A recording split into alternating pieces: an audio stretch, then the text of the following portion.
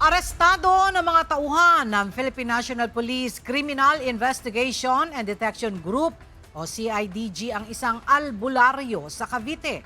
Ito ay matapos na isumbong ng isang pasyente nito ang ginagawang panluloko ng 72 anyos na suspect. Ayon kay Cavite CIDG Chief Police Lieutenant Colonel Mark Jason Gatdula, bukod sa panggagamot, sinasabing nagbebenta din ng anting-anting ang albularyo, gaya ng orasyon para hindi tamaan ng bala ng baril. Aba, huy! Tabi! Dito ka magte-testing sa bahay? Oo. Oh, ano ba yan? Ano ba? Ano ba? Ayaw pumutok! Ngunit ang iwinawasiwas na baril ng albularyo, loose firearms pala. Pinagyapak po ng ating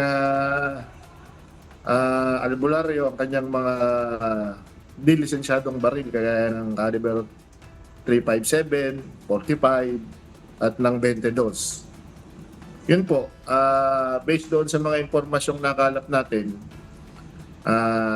nag-conduct tayo ng intelligence build-up, case build-up, para po makapag-file ng search warrant doon sa kay alias Dante na isang self-proclaimed faith healer po doon sa kanilang lugar.